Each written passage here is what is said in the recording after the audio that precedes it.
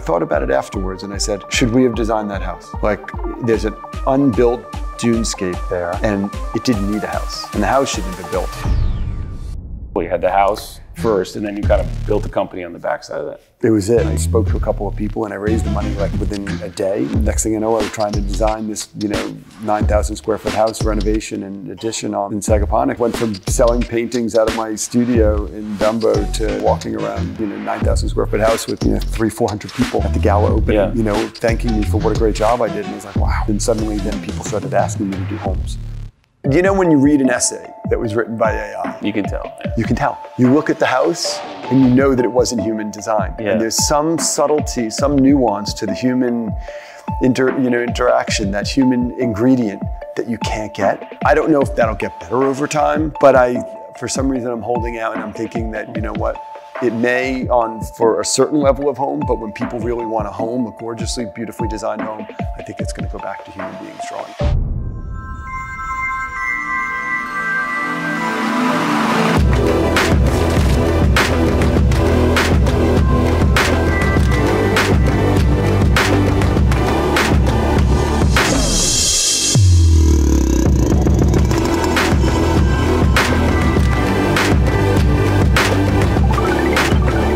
Matt Breitenbach here, first episode of our new season of Baptist Wealth Podcast, here with Peter Sabbath from Oza Sabbeth Architects.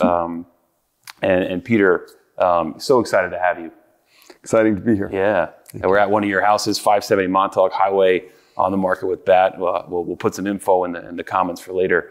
But Peter, I first met you, Sag Main Street, sustainable build you did, 2008. Yeah. So talk about Modern Green Home and starting that company. I think Modern Green Home, I formed around that one house that you came to and we met at 151 Sag Main Street. I mean, I was a painter, literally, working in a loft in Dumbo, and had started, renovating lofts down there myself just to supplement my painting income. And found myself out east doing the similar thing to a house in Springs. And at that time, some painter friends saw my house and loved it and asked me to do their house, and just on the side thing. And I said, of course, I can do that. And which quickly led to a house down the road that was going to be torn down, the Sag Main house, by a developer. And the developer was getting so much flack from the community for tearing down this historic house that I met him through some real estate friends, and he said, you're crazy enough. Why don't you take the contract from me and you save the house? And then, I guess I was crazy enough. And I told him yes, and I spoke to a couple of people, and I raised the money like within a day. And next thing I know, I was trying to design this, 9,000 square foot house renovation and addition in Sag Harbor. And with all the press that we were getting for doing it, I had to form a company, because it couldn't just be Peter, this rogue guy who was designing this house. And I figured, okay, let me use the vehicle of all the attention I was getting and try and create something from it. So it was cool. You had the house first, and then you kind of built a company on the backside of that. It was it, and we did that Hamptons Cottages and Gardens showcase house. I remember that. Yeah, I remember that. At that time. And it went from selling paintings out of my studio in Dumbo to, walking around this house, 9,000 square foot house with, 300-400 people at the gala opening, thanking me for what a great job I did. And I was like, wow. It was kind of a shift. And suddenly then people started asking me to do homes. Yeah. And I had to create the And that was seemed like a very innovative company at a very non-innovative time in the Hamptons. We were way too early, and the concept of green homes and sustainable building was appropriate, but it hadn't really caught on to where people wanted to spend extra money on it. And inevitably, to do things like that cost, sure, there are a lot of decisions you can make that don't cost more money, but a lot of the things that really, really push the envelope on the sustainability side cost more money. Yeah. And people didn't want to pay. And so everybody would say, I love the idea of a green home. And then when you gave them the price, they were like, well, how much cheaper can I do it? Yeah. Let's pull out that. Let's pull out this. And, now it's a different story. Yeah. But back then we were definitely ahead of our time, pushing the envelope. Yeah, there really wasn't at the time, not much sustainable architecture going on. There was none. Yeah. There was none. And it seemed like it kind of bottomed out. And like the Hamptons, traditionally, we were talking about this off camera, like, Yeah. you know, there's such history in the Hamptons of like Harry Bates and Norman Jaffe, of these like very innovative, like kind of disruptive architecture design. And you wouldn't think it. You think it, you know, it wouldn't be that way, but it is. And it was cool to have you come along and do that. You know, and I think that it's the Hamptons that creates that sort of petri dish where things like that happen and are possible.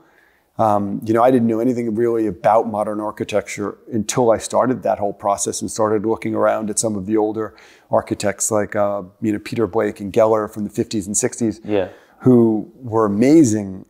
And they weren't building expensive houses. It was like sort of cheap, affordable beach housing, weekend housing. And a lot of times they were creating these homes for other artists or collectors or people who are in the art world. And from then on, you know, through Norman Jaffe and you know, everything that's happened since, you know, it's become a huge sort of wellspring of creativity architecturally out here. What have you seen change in sustainable architecture, you know, modern, you know, green home building from then, 2008 till like present day? You know, it's interesting because I find myself, people ask the question often, and I find it's almost the same answer. You know, back then when people would say, what is a sustainable house? I'd say, well, really the two biggest factors are the energy consumption of a house and the health and air quality and health of the materials that make the home, that create the space that the people live in. And it's exactly the same. Yeah.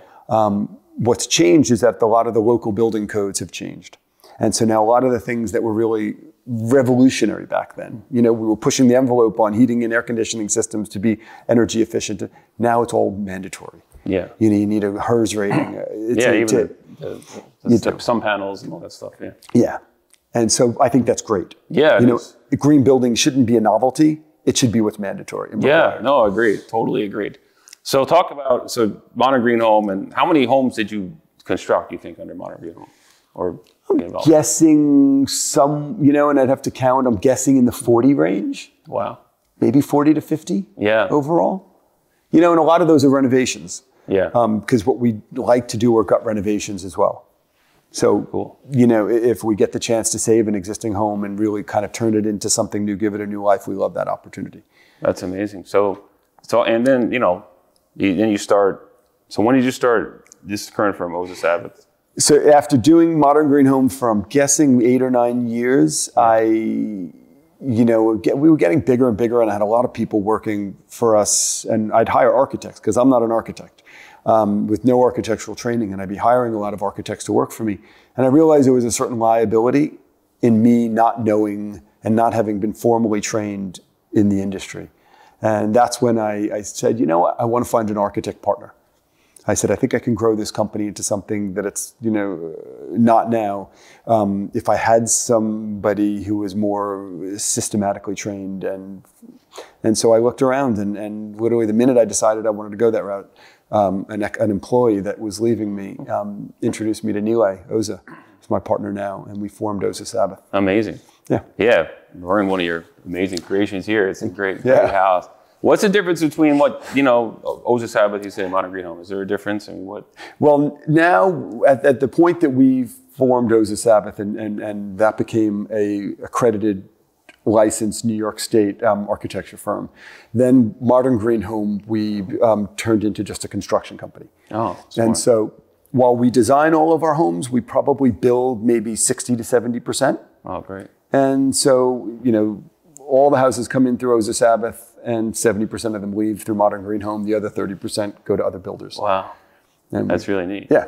That's really neat. So obviously, like a very, you know, we always like to talk about in a Disrupt podcast, you know, disruption, innovation, what's going on. And like, what would you say in modern time? What's disrupting architecture? And it could be here also elsewhere.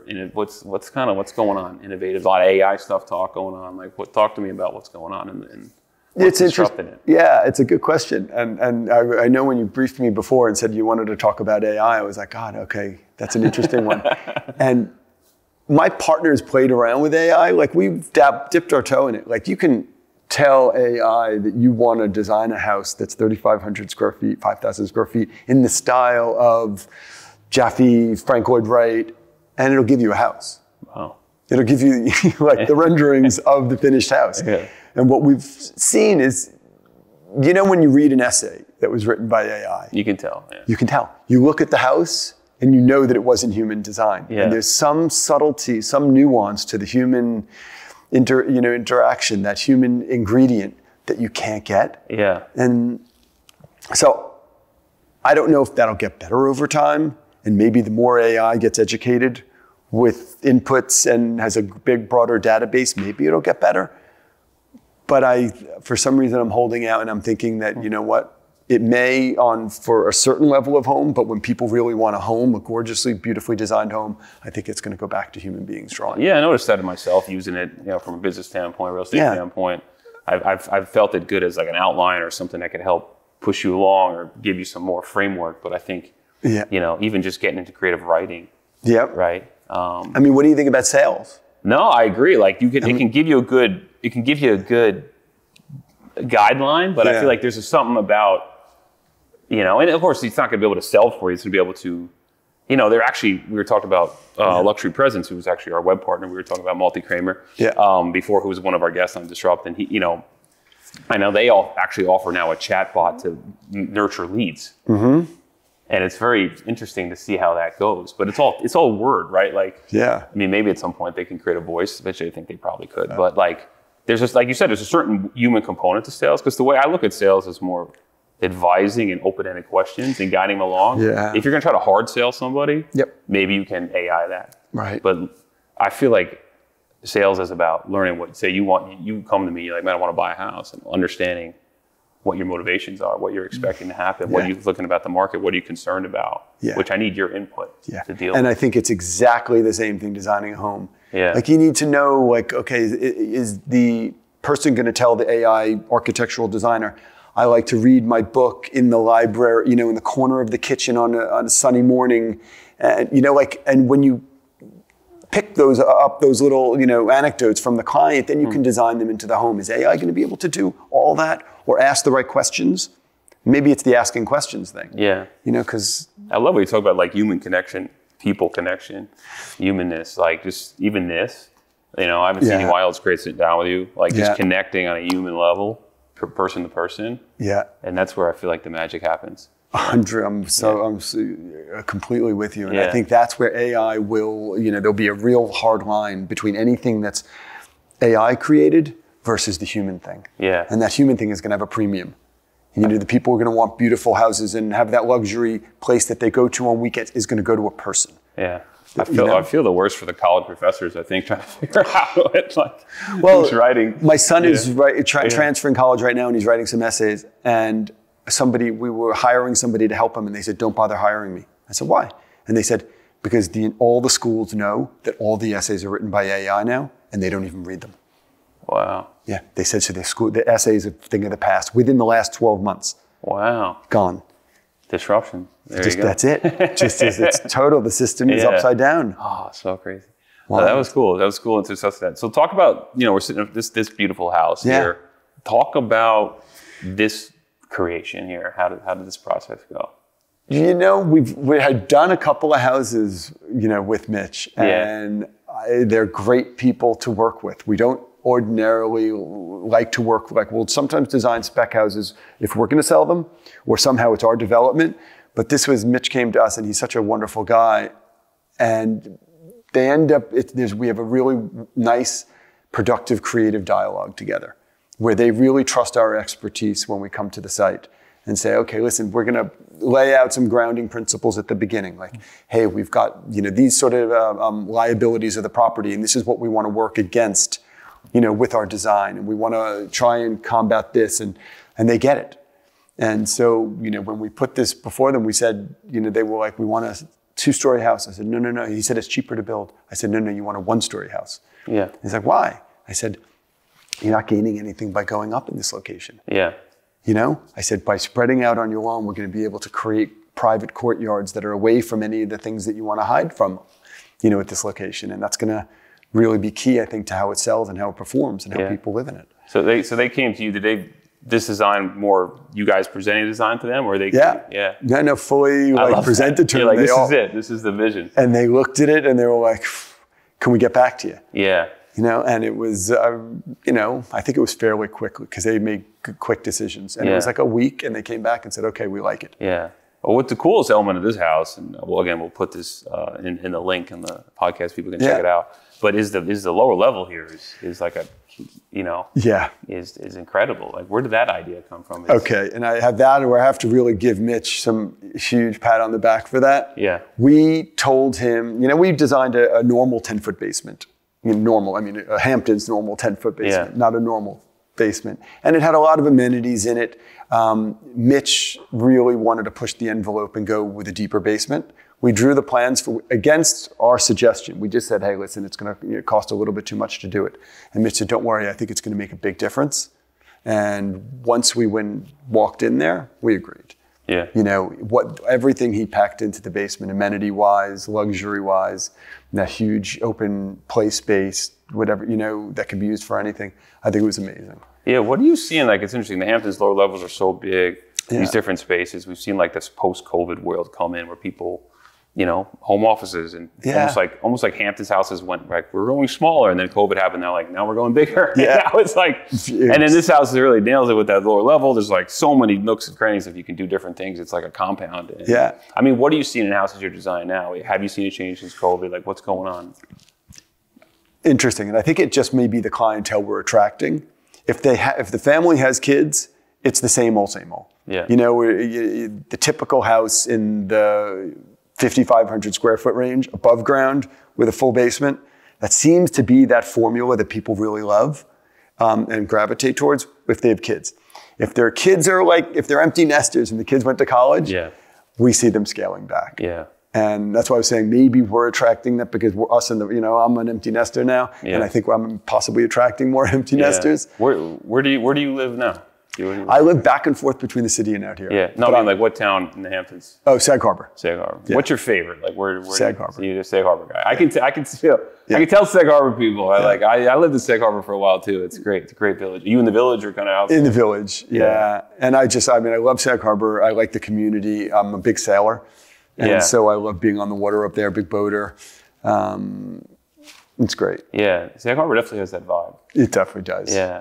It's great. And that's where my partner Neil is, up in Sag Harbor as well. And it was good for the kids. You know, the school system's great there. School system's great. My best guy friend is Dan White is the coach there, and he also is the head coach of the basketball team, which I just went and checked. I just went to one of their games. So it's a great community, really good community. It totally. But that being said, you know, I've got a lot of friends in East Hampton. Yeah. And they're all fantastic. You know, and my kids actually wanted to transfer. Well, you were kind of an innovator in that too. Like, and I feel like even myself being out here full time, and now I've seen that change post COVID too, with this whole new community out here. Yeah. And it's helped the communities in a lot of ways. Yeah. You know, of this people here. And you know, it's interesting. During COVID, obviously, you know, there was a huge, everybody was isolating. And so everybody resorted to Zoom calls. And so what we realized is coming out of the pandemic is it was really difficult to get our clients in the office because they would just constantly say, hey, can't we just do a Zoom? And we would say, you know what? We really can't design a home for you over Zoom. And so what we ended up doing is we opened an office in the city and over in Tribeca, and we realized, you know what? They're not coming out to the Hamptons for a meeting. We're going to open an office there, and all the clients love to come down to the office there.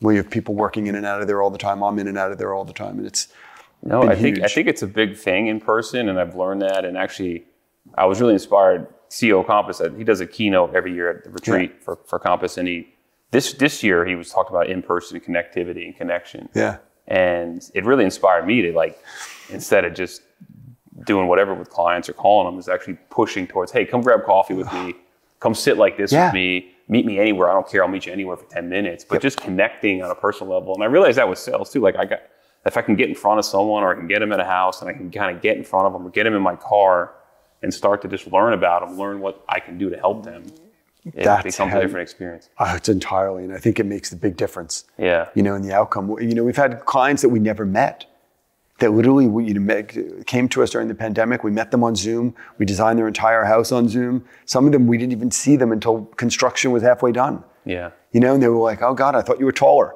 Oh, I thought you were shorter. Yeah. You know, and we're like, we've been working for 3 years and we haven't met. Even seeing you, like, I ran into you briefly, but just like connecting with you now, it's been amazing. It's awesome. I feel like That's what's been fun about this Disrupt podcast too, is actually like, I feel like I make new friends or deepen relationships just sitting with them. Yeah, I'm sure. Kind of diving into some deeper conversation about life for, 20 minutes. Well, I was going to say, because the podcast gives you that opening. Yeah. Because sure, you're going to ask questions and you're going to create a dialogue. Yeah. So I'm not surprised that happens. Yeah, awesome. A question we always ask, and I always love to ask, is like, what, going into the future of things too, like, all right, what keeps you up at night? What worries you about the future of architecture?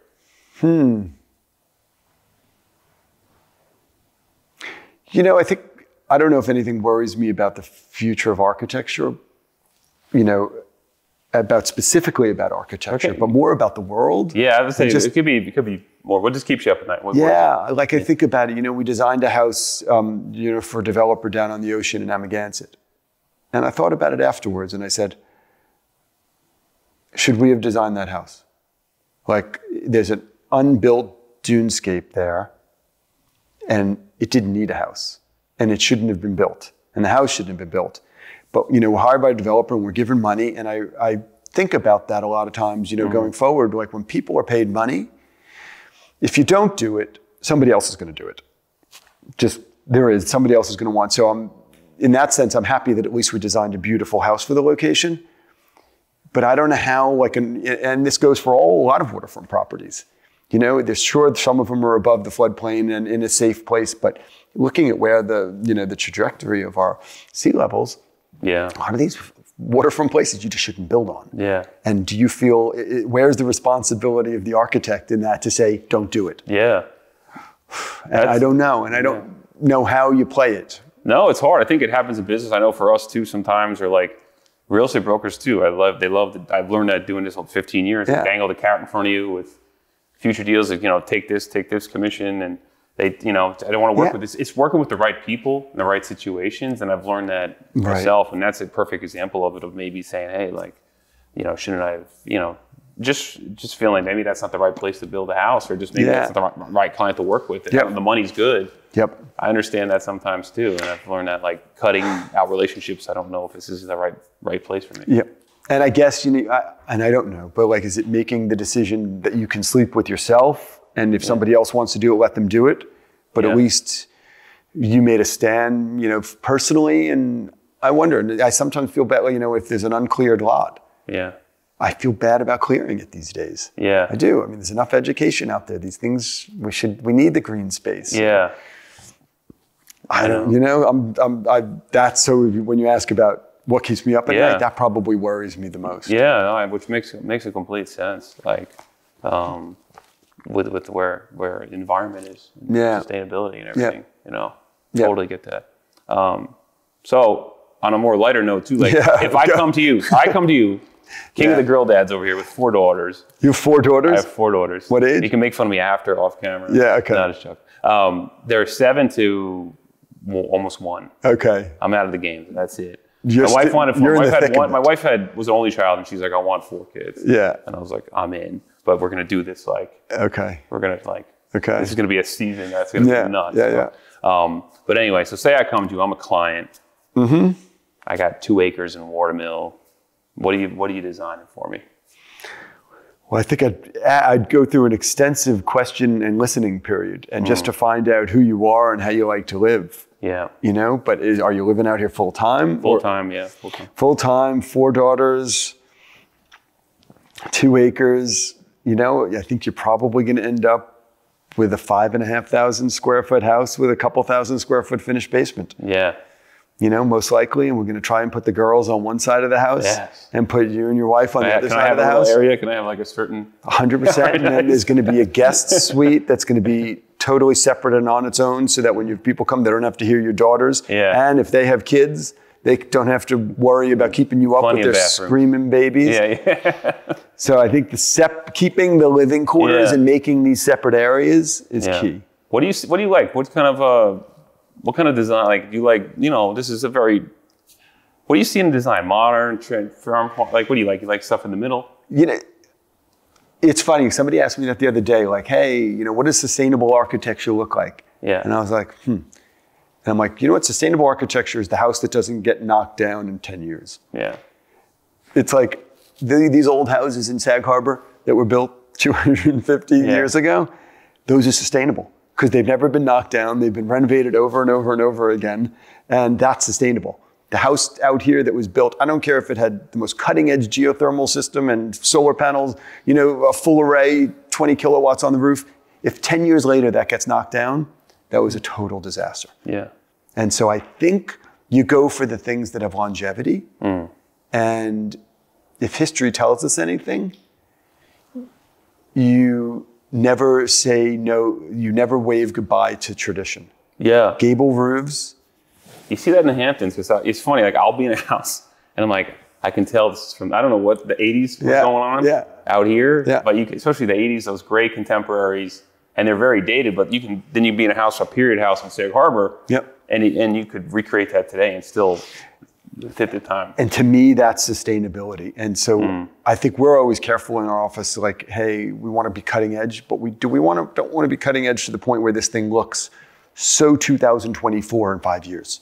Yeah. And that somebody's got to go gut renovate it. That doesn't work. Yeah. And I think that's a lot about what I've seen just interviewing guys that have disrupted innovative industries. There's like, yeah, you're innovating, but there's also, you're making, like, when we talked about off camera before too, is like making things better, taking something and turning it into, we're going to do this a little bit better in this way. It's funny, I'm looking outside at this house now. This is the perfect example. Yeah. This is like, if somebody comes to it, you're going to say it's a modern house. You're going to say, it's somewhere in between.